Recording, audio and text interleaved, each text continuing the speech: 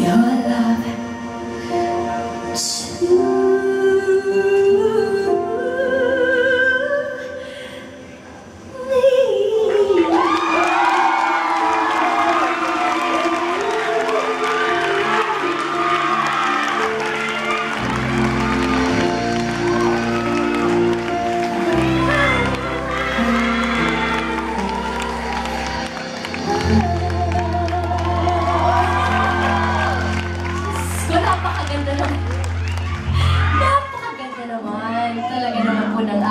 Unchained Melody.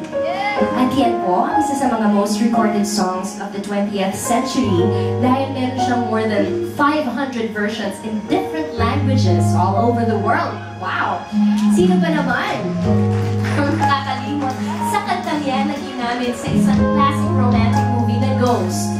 Diyan po sa movie, pinakita at pinatunayan ang power of love na kahit hindi na kayo magkasama, hindi nyo na nakikita ang isa't isa, maaari nyo pang ipadama yung pagmamahal na nararamdaman mo sa isang tao.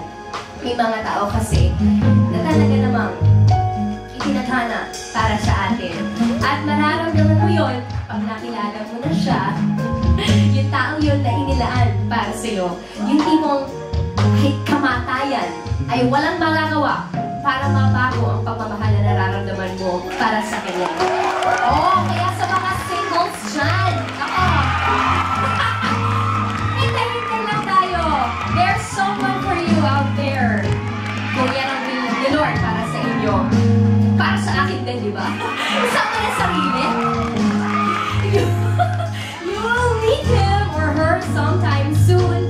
At muli ho, maraming salamat po sa inyong pong pagsama